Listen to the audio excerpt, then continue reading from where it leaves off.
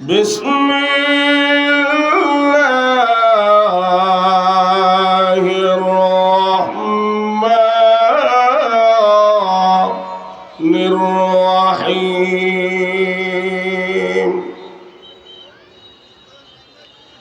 قل اللهم مالك الملك تؤتي الملك من تشاء وتنزع الملك ممن تشاء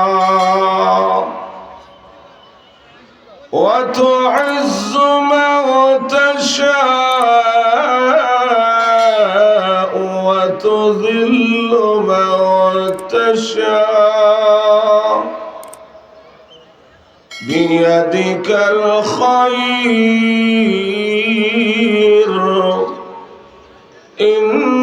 إنك على كل شيء قدير صدق الله العظيم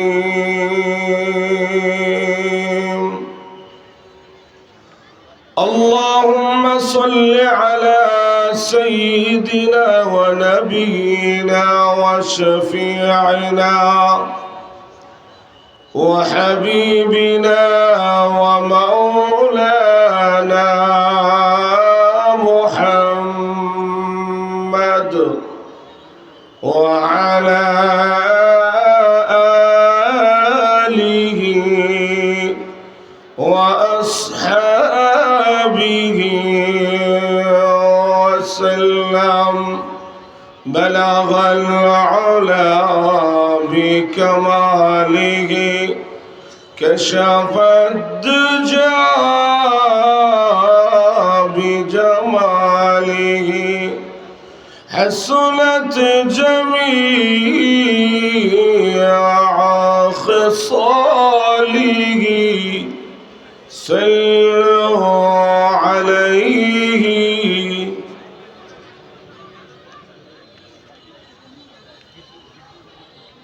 ঐতিহ্যবাহী কোনাবাড়ি ওলামা পরিষদ এর উদ্যোগে আয়োজিত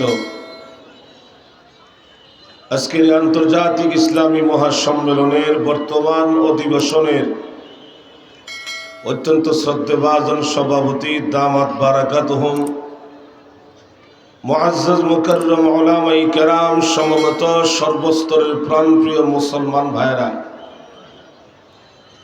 পর্দার আড়ালে অবস্থানরত অত্যন্ত শ্রদ্ধেয় মা ও বোনেরা, মহান আল্লাহ রাব্বুল আলামিনের দরবারে অসংখ্য শুকর আদায় করছি যে মহান আল্লাহ আমাদের সকলকে আজকের মাহফিলে এই জান্নাতের বাগানে কোরআনের মজলিসে শরীক হওয়ার মতো তৌফিক দান করেছেন। সেজন্য আমরা সকলেই সে আল্লাহ পাকের দরবারে শুকর আদায় করেছি। আমরা সকলেই জোরে সোরে বলি আলহামদুলিল্লাহ। আমি আপনাদের সামনে পবিত্র কোরআন শরীফের সূরাতুল আলে ইমরান থেকে একটি আয়াতে কারিমা তিলাওয়াত করেছি। মহান আল্লাহ যদি আমাকে তৌফিক দান করেন, আপনাদের সামনে তেলাওয়াতকৃত আয়াতে কারিমাকে লক্ষ্য করে অত্যন্ত সংক্ষিপ্তভাবে কিছু কথা আপনাদের সামনে বলার চেষ্টা করব। ওয়া তৌফিক ইল্লা বিল্লাহ। আমার ভাইরা, যে আয়াতে কারিমা আমি আপনাদের সামনে তেলাওয়াত করেছি তার আলোচনা বুঝতে হলে আমরা আগে বুঝতে হবে তার শানে নুজুল, কোন কারণে কোন প্রেক্ষাপটে আল্লাহ এই আয়াতে কারিমা নাজিল করেছেন। যদি আমরা এই আয়াতে কারিমা নাজিল হওয়ার কারণ বুঝতে পারি তাহলে আলোচনা বোঝা মোটামুটি সহজ হবে। আল্লাহর রাসূল সাল্লাল্লাহু আলাইহি ওয়াসাল্লাম 40 বছর বয়সে নবুয়ত প্রাপ্ত হইয়া মক্কার গলিতে গলিতে দাঁড়াইয়া, বিশেষ করে কুরাইশ বংশের ঘরে ঘরে হাইটা হাইটা আল্লাহর রসুল যখন এই কথার দাওয়াত দিতে লাগলেন, ও মানুষেরা, এই আকাশ আল্লাহর, এই জমিন আল্লাহর, চন্দ্র সূর্য আল্লাহর, আলো বাতাস আল্লাহর। সুতরাং এই জমিনে হুকুম চলবে একমাত্র আল্লাহ। মিডিয়া ভাই, এই কি কোনো আওয়াজ করা যাবে না, একদম খামোশ। এক এক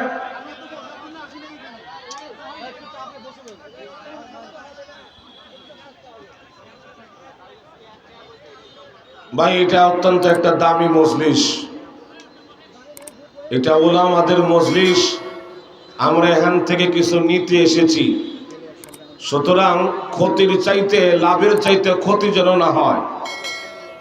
মিডিয়ার ভাইরা, আপনারা যে যেখানে আছেন বসে পড়েন। এতক্ষণ কি করছিলেন আমার ভাইরা? বসুন। হুজুর সাল্লাল্লাহু আলাইহি ওয়াসাল্লাম যখন কালিমার দাওয়াত দিতে আরম্ভ করলো, মানুষেরা এই আকাশ আল্লাহর, এই জমিন আল্লাহর, চন্দ্র সূর্য আল্লাহর, আলো বাতাস আল্লাহর। সুতরাং এই জমিনে হুকুম চলবে একমাত্র আল্লাহর। এইভাবে আল্লাহর রাসূল যখন কালিমার দাওয়াত দিতে আরম্ভ করলেন, তৎকালীন সময়ে আল্লাহর রাসূলের মধ্যে দুইটা আকর্ষণ ছিল। একটা হলো রাসূলের জবানের সুন্দর কোরআনের তিলাওয়াতের আকর্ষণ, আর একটা হলো রাসূলের উত্তম ব্যবহার, নবীর আখলাকের আকর্ষণ। এই দুইটা আকর্ষণে মুসলমানদের সংখ্যা যখন বৃদ্ধি পায়, ইসলামের প্রচার প্রসার যখন বৃদ্ধি হয়, তো মুসলমানদের সংখ্যা বেড়ে যাওয়া, ইসলামের প্রচার প্রসার বৃদ্ধি হওয়া, এটা মক্কার বেঈমান কাফিররা সহ্য করতে পারলেন না। সকলেই ঐক্যবদ্ধ হইয়া একটা প্ল্যাটফর্মে দাঁড়াইয়া তারা আওয়াজ দিল, এই দেশ থেকে ইসলাম এবং মুহাম্মদ মুসলমান নামে আমরা কাউকে থাকতে দেব না। শুরু হয়ে গেল সাহাবাই কেরামের কষ্টের জিন্দেগি, শুরু হয়ে গেল আল্লাহর রাসূলের কষ্টের জিন্দেগি। ওরা চালাইয়া দিল মুসলমানদের উপরে নির্যাতনের স্টিম রোলার। জুলুম আর অত্যাচার, নির্যাতন সহ্য করে করে আল্লাহর রাসূলের 13 বছর মাক্কি জিন্দেগি যখন পূর্ণ হয়, 13 বছর পরে আল্লাহ রাব্বুল আলামিন বলে, ও নবী, যে জাতিরা, যে মানুষেরা তারা তাদের নবীর ইজ্জত সম্মান দিতে জানলো না, ওই জাতির সামনে আমি আল্লাহ আমার রাসূলকে আর রাখবো না। সুতরাং অল্প দিনের জন্য আপনি মক্কা ছেড়ে মদিনায় চলে যান। আমার ভাইরা, এটা আমাদের দামাগি ইনসাফের বিচার হয় না। দুশমনদেরকে দেশে জায়গা দিল আর তার রাসূলকে দেশ থেকে বিদায় করে দিল। আসলে আল্লাহ রাব্বুল আলামিনের বিচার এটা ঠিকই আছে, আমরা বুঝছি উল্টা। কেন? কোন জাতি যদি নাফরমানিতে লিপ্ত হয়, কোন কওম যদি অন্যায় কাজে লিপ্ত হয়, রহমানুর রহিম বলে আল্লাহ পাক সঙ্গে সঙ্গে কাউকে গজব দিয়া ধ্বংস করে না। সঙ্গে সঙ্গে কাউকে আল্লাহ পাক গজব দিয়া ধ্বংস করে না। এজন্য আল্লাহ রাব্বুল আলামিন বলে, ও নবী, আপনাকে কিছুদিনের জন্য মদিনা পাঠাইয়া মক্কার কাফিরদেরকে একটু সুযোগ দিলাম। কিন্তু ভাইরা আমার, লক্ষ্য করে দেখুন, আল্লাহর নবী, বিশ্ব নবী রাহমাতুল লিল আলামিন গভীর রজনীতে হুজরা শরীফ থেকে বের হইয়া মদিনার দিকে যখন রওনা হয়ে যায়, মদিনার দিকে যাবার পথে আল্লাহর নবী খানায়ে কাবার সামনে গিয়া দাঁড়ায়া কাবা ঘরের দেওয়ালে জড়াইয়া বিশ্ব নবী তখন চোখের পানিগুলো ছেড়ে দিয়া কান্দে, রে মক্কার জমিন, আমি মুহাম্মদের মল চাই না তোমাকে ছেড়ে মদিনা চলে যাওয়ার জন্য। আল্লাহ হুকুম দিয়েছে, সেই জন্য চলে যায়। কেন মল চাই না? এই দেশে আমি মুহাম্মদের জন্ম, এই দেশে আমার বাবার জন্ম, এমনকি আল্লাহর ঘর খানায়ে কাবা দাঁড়িয়ে আছে, ছেড়ে দিয়ে চলে যায়, কিন্তু তোমার বাসিন্দারা এই দেশে আমাকে আর থাকতে দিল না। মনে হয় জিন্দেগিতে আমি আর কোনোদিন ফিরে আসতে পারবো না। এই কথা বলে বলে বলে আল্লাহর নবী যখন চোখের পানি গুলো ছেড়ে দিয়া কান্না শুরু করে দেয়, আল্লাহ রাব্বুল আলামিন তখন ডাক দিয়া কই, নবী গো কাইদিন না, এই যাওয়া শেষ যাওয়া নয়। আমি আল্লাহ কিছু দিনের জন্য আপনাকে মদিনার দিকে পাঠাইয়া মক্কার কাফিরদেরকে আমি আল্লাহ সুযোগ দিলাম, ঢিল দিলাম। আমি মহান আল্লাহ আপনি বিশ্ব নবীর সাথে ওয়াদা করলাম, এই অল্প দিনের ভিতরে মক্কা বিজয়ী করে, ইসলামকে প্রতিষ্ঠিত করে, বিশ্ব নবীর গলায় বিজয়ী মালা পরাইয়া আমি মহান আল্লাহ আমার নবীরে আবার মক্কায় ফিরাইয়া আনব। নবী গো, অল্প দিনের জন্য আপনি মদিনা যান। আমার ভাইরা, আল্লাহর রসুল কিন্তু মদিনায় চলে গেল, কিন্তু 1 বৎসর যেতে না যেতে মক্কার সমস্ত ইসলাম বিরোধী শক্তিরা ওরা ঐক্যবদ্ধ হইয়া দিলে একটা হুঙ্কার মদিনাবাসীদেরকে, ও মদিনাওয়ালারা, যেই মুহাম্মদ আমাদের দেশ থেকে পলায়ন করে বেগে চলে গেল তোমাদের মদিনায়, সেই মুহাম্মদকে তোমরা আবার মক্কাতে ফেরত পাঠাও, আর না হয় তোমাদের মদিনাতে হামলা করা হবে। নাউজুবিল্লাহ, জোরে বলুন না। আমার ভাইয়েরা, ওই যুগে ইসলামের প্রথম যুগে আবু জেহেল এবং আবু লাহাব মক্কার বেঈমান কাফিরদের বক্তব্য শুনলে এই কথাই বোঝা যায় যে মক্কা আর মদিনা এইগুলিকে আল্লাহ বেঈমান কাফিরদেরকে দলিল করে দিয়া দিছিল, মুসলমানরা যা আমার তারা তোমাদেরকে সুযোগ দিয়া দিলাম। দেখেন না, দীর্ঘ 17 বৎসর অতিবাহিত আমরা করেছি, এমন নির্যাতনের জুলুম আর অত্যাচারের শিকার আমরা হয়েছি। এত বোঝা গেছে, মনে হচ্ছিল যেন এই বাংলাদেশকে তাদেরকে আল্লাহ দলিল করে দিয়া দিছিল। যেরকম ঠিক কিনা আমার ভাইয়েরা, সঙ্গে সঙ্গে মদিনার কাবিলে আউসের সর্দার রাসূলের প্রিয় সাহাবী হযরত সাদ ইবনে মুআয রাদিয়াল্লাহু আনহু তিনি পাল্টা হুঙ্কার দিয়া কয়, ও মক্কার বেঈমান কাফিরেরা, এত মোটা গলা ভাষণ দিও না, এত মোটা গলা ভাষণ দিও না। মুসলমানরা কোনদিন বেঈমান কাফিরদের চোখ রাঙ্গার ভয় করে না। যেরকম ঠিক কিনা তিনি বলে, আমরা মদিনাওয়ালারা, আমরা মদিনাবাসীরা আল্লাহর রসুলকে জেলে শুনে মদিনায় জায়গা দিয়েছি। সুতরাং আল্লাহর রসুল যদি নিজের ইচ্ছাতে মক্কায় না যায়, আর কোনদিন রসুলকে মক্কায় ফেরত দেওয়া হবে না। মক্কার কাফিররা কই, ঠিক আছে, যদি ফেরত না দাও তাহলে পারলে তোমরা আমাদের হামলা সামাল দিও। অস্ত্র সাজে সজ্জিত হইয়া তাদের সমস্ত শক্তি প্রয়োগ করে এরা মদিনার পথ ধরল। মদিনা গিয়া ইসলামকে মাটির সাথে মিশিয়ে দিবে, মদিনা গিয়ে আল্লাহর রসুলকে দুনিয়া থেকে বিদায় করে দিবে। আমার ভাইয়েরা, মক্কা থেকে মদিনার দূরত্ব প্রায় 250 মাইল দূরত্ব রাস্তা। এরা পায়ে হেঁটে মদিনার দিকে রওনা করলো। মদিনা যাবার পথে কাবাগরের দেওয়ালের সাথে এদের পেট আর পিঠ ঘষাইয়া ওয়াদা করে, মদিনা গিয়ে আমরা মুসলমানদেরকে শেষ করে দিব, মদিনা গিয়ে আমরা মুহাম্মদকে দুনিয়া থেকে বিদায় করে দিব। গাজীপুরের মুসলমানেরা কাবাগরের দেওয়ালের সাথে পেট আর পিঠ ঘষাইয়া এরা কারে মারতে ওয়াদা করে?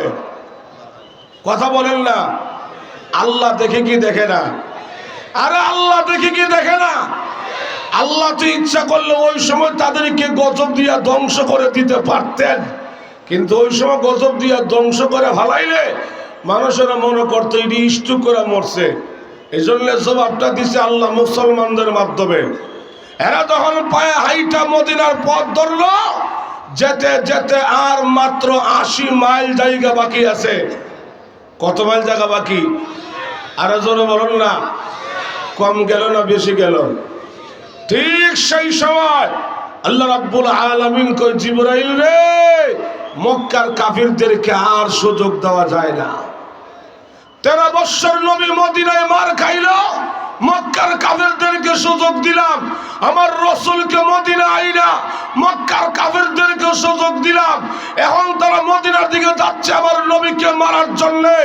ও জিবরাইল, আর সুযোগ নয়, জলদি করে আমার নবীর কাছে জিহাদের আয়াতটা লয়ে যাও। আটা জোরে কন্যা আল্লাহু আকবার। ইয়া আইয়ুহান নাবিয়্যু হাররিদিল মুমিনিন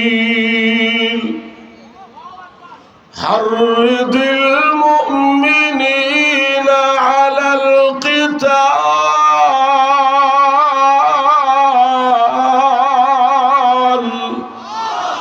আল্লাহ রাব্বুল আলামিন বলে, ও নবী, মুসলমানদেরকে সাহস দিন, মুসলমানদেরকে পারমিশন দিন বেঈমান কাফিরদের বিরুদ্ধে জিহাদ করার জন্য। সুবহানাল্লাহ, জোরে বলুন না। জিহাদের আয়াত যখন নাজিল হয়ে গেল, আল্লাহর অর্ডার হইল যে সমস্ত বেঈমান কাফিররা মদিনার পথ ধরছে, মদিনা গিয়ে আমার রাসূলকে মেরে ফেলবে, একটা বেঈমান কাফেরের জন্য কল্লা লইয়া মক্কায় না ফিরতে পারে, সবগুলোর মাথা কাইটা রেখে দিবেন। জিহাদের আয়াত যখন নাজিল হয়ে গেল, হুজুর সাল্লাল্লাহু আলাইহি ওয়াসাল্লাম সমস্ত সাহাবাই কেরামদেরকে নিয়ে একটা পরামর্শ বসলেন, এই মুহূর্তে কি করা যায়।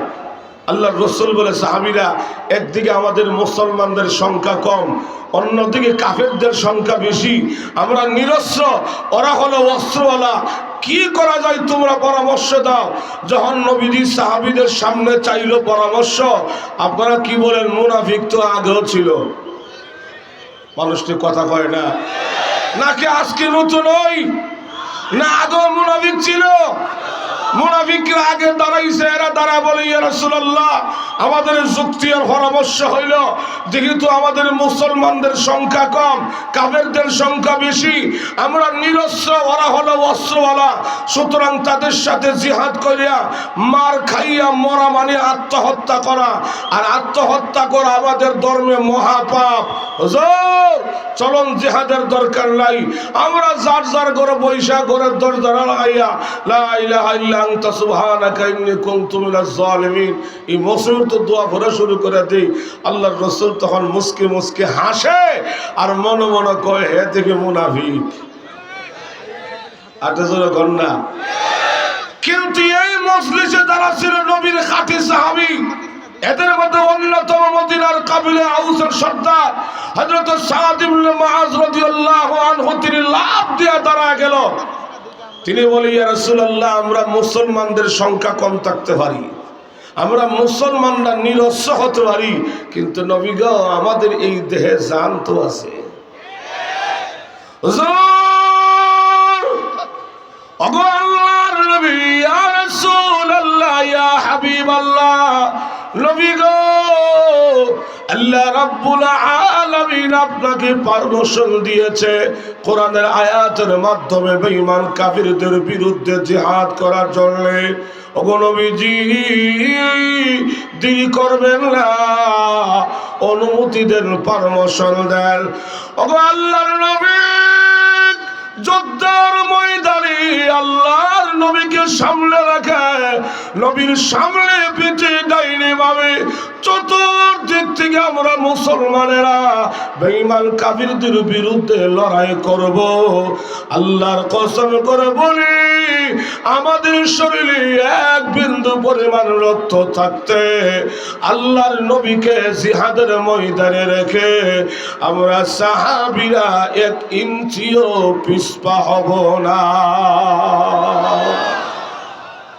জোর অনুমতি দেন।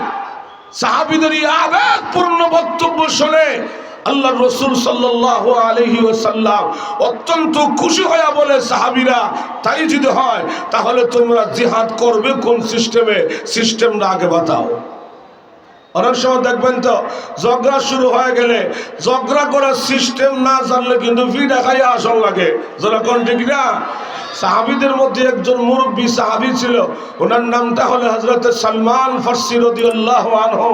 তিনি ইসলাম ধর্ম গ্রহণ করার সময় এই সাহাবীর বয়স ছিল 120, ইন্তেকালের সময় সাহাবীর বয়স ছিল 350। আটে জোরে বলুন না।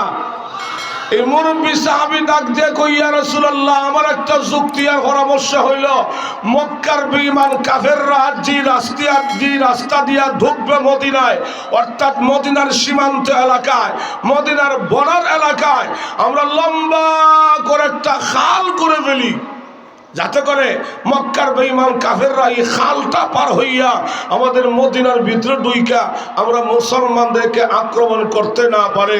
হুজুর সাল্লাল্লাহু আলাইহি ওয়াসাল্লাম এই মুরব্বী সাহাবীর পরামর্শে নবী সিদ্ধান্ত রায় দিয়া দিল, ঠিক আছে খাল খনন করো। কিন্তু খালটা কতটুকু লম্বা? 4 মাইল লম্বা, 10 হাত গভীর, 15 হাত প্রশস্ত। 10 জন করে সাহাবী গ্রুপ বানায় দেওয়া হলো। এমনকি এক গ্রুপে আল্লাহর নবীর নামও লেখা হয়ে গেছে। আল্লাহর রাসূল বলে, আমার নামটা আগে লেখো, আমি নিজেও মাটি কাটার কাজে অংশগ্রহণ করব। সাহাবাই কেরাম কেমন একটা বিপদের সম্মুখীন। ওইদিকে সাহাবীদের বাড়িতে বউ বাচ্চার ইজ্জতের গ্যারান্টি নাই, বাড়ি ঘর নিরাপত্তার গ্যারান্টি নাই, গাছের মধ্যে বাগানে মৌসুমি ফল, খেজুর পাকা, খেজুর পাড়ার পুরা মৌসুম, এই সবগুলি রাইখা গেল সীমান্তে মাটি কাটার জন্যে। আল্লাহ, ওই দেশের মাটি তো গাজীপুরের মতো এত নরম মাটি না। একটা জোর কন্যা, মাটির নিচে শুধু পাথর আর পাথর। সাহাবাই কেরাম পেটের খিদায় দুর্বল হয়ে গেছে। এমনকি আল্লাহর রাসূল যখন মাটি কাটার জন্য গর্তের ভিতরে নামতেন, এই ধুলাবালুর কারণে রাসূলকে পর্যন্ত চিনা যাইত না। কিন্তু আসল গণনা হইল, যেই সাহাবী পরামর্শ দিয়েছিল, মুরব্বী সাহাবী সালমান ফারসি রাদিয়াল্লাহু আনহু, ইয়া রাসূলুল্লাহ, আমরা খাল খনন করে ফেলি। এই সাহাবীর 10 হাত বন্ধকের ভিতরে, রাসূলের দাগের আওতার ভিতরে এত বিশাল একটা পাথর পইরা গেল, যে পাথরটা ভাঙা সম্ভব না, এখান থেকে তুইলা দূরে নিয়ে সরানিও সম্ভব না। গেল সংবাদ আল্লাহর নবীর কাছে, ইয়া রাসূলুল্লাহ, এখন পাথর কি করব? আল্লাহর রাসূল তখন নিজে গর্তের ভিতরে নাইবা কুদাল্লা হাতে লইয়া, কুদালে উল্টা পিঠ দিয়া নারে তাকবীর আল্লাহু আকবার স্লোগান দিয়া এমন জোরে একটা আঘাত করলো পাথরটির গায়ে, সঙ্গে সঙ্গে পাথরটা দুইটা টুকরা হয়ে গেল এবং তার মধ্যে আগুন জ্বলে উঠলো। সুবহানাল্লাহ, জোরে বলুন না। সাহাবীরা বলে, ইয়া রাসূলুল্লাহ, আলহামদুলিল্লাহ কেন বললেন? এটা তো বুঝলাম ঠিক, কিন্তু আপনি মুস্কি হাসি দিলেন কেন? ইয়া রাসূলুল্লাহ, আপনি মুস্কি হাসি দেওয়ার কারণটা কি? আল্লাহর রাসূল বলে, সাহাবীরা, তোমরা তো আসল রহস্য জানো না। আসল রহস্য হলো, আমি যখন পাথরে আঘাত করলাম, এটা টুকরা হয়েছে ঠিক, তার মধ্যে আগুন জ্বলে উঠছে।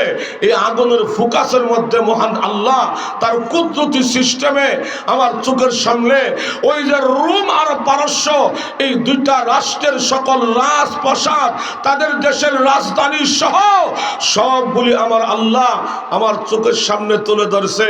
আর জিবরাইল আমার কানে কানে বলে গেছে, ইয়া রাসূলুল্লাহ, আপনি ভয় পাইছেন? ওগো আল্লাহর নবী, আপনি ঘাবড়ায় গেছেন। মক্কার কাফেররা আসতেছে, এই দেশ থেকে ইসলামকে বিদায় করে দিবে, এই দেশ থেকে আপনাদেরকে বিদায় করে দিবে। ইয়া রাসূলুল্লাহ, এরা আপনাদেরকে বিদায় করবে দূরের কথা, ওই যে রোম আর পারস্য দেখা যায়, এই দুইটা রাষ্ট্র অল্প দিনের ভিতরে আপনার উম্মতের দখলে চলে আসবে।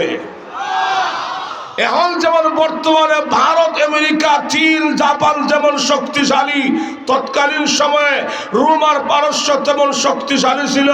কিন্তু এই সংবাদ, এই খবর যখন গিয়ে পৌঁছল মদিনার মুনাফিকদের কানে, এরাই তা শুনি না সাহাবীদেরকে দেখলেই মস্কারি করে, কেউ শুনছনি তোমাদের নবীর কথা শুনতে মুখে হাসি পায়, পেটে খাবার নাই, ভাতর বাচ্চে, ফিট গুড়ার কাপড় নাই, সেরা কাপড়, দুশ্মন প্রতিরোধ করার ক্ষমতা নাই, ডরে খাল করতেছে।